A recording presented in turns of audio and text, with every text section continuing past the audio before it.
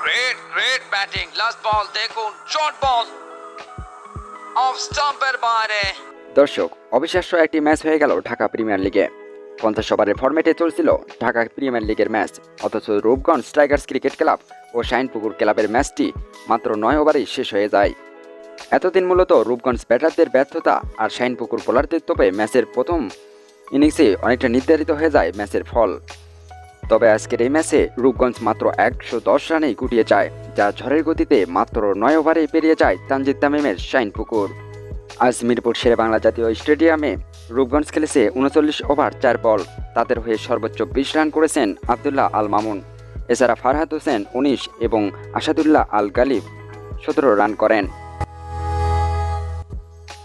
প্রতিপক্ষের এমন ব্যাটিং বিপর্যয়ের দিনে দাপট দেখিয়েছেন শাইনপুকুরের স্পিনাররা। তাদের 4 স্পিনার মিলে 9টি উইকেট শিকার করেন। রূপগঞ্জের এই ছোট লক্ষ্য তারাই ম্যাচটি দ্রুত শেষ করার জন্য নামেন তানজিদ তামিম ও জিসান আলম। কোনো উইকেট না হারিয়ে ম্যাচটি ছিনিয়ে নেয় তারা। প্রতিপক্ষের ব্যাটাররা রান পাচ্ছে না, সেখানে একেবারেই যেন আরামায়েশে রান তুলছেন। আরো একটা চার, ব্যাকফুট পুল, শর্ট বলের অ্যাডভান্টেজ।